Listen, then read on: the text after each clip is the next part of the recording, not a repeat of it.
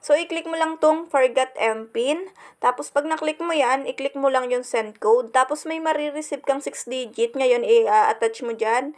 And then, magsa-selfie ka. Pagka-selfie mo, i-click mo yung next. Tapos, ilagay mo yung new MPIN, verify MPIN. So, pag nalagay mo na yung dalawa na yun, i-click mo na yung si submit. So, okay na yan. And then, may lalabas dito na okay dito sa ilalim. Okay na yan. So, dito ilalagay ko na yung MPIN ko. Ayan. Tapos, kailangan ko muna daw mag-selfie bago ka ma-open tong Gcash ko. So, ayan. I-click lang yung next.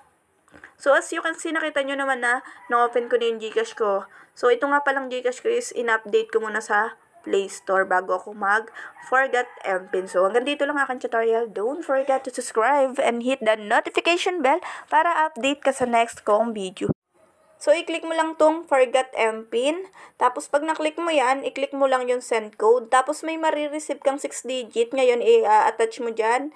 And then, magsa-selfie ka. Pagka-selfie mo, i-click mo yung next. Tapos, ilagay mo yung new MPIN, verify MPIN. So, pag nalagay mo na yung dalawa na yun, i-click mo na yung si submit. So, okay na yan. And then, may lalabas dito na okay dito sa ilalim. Okay na yan.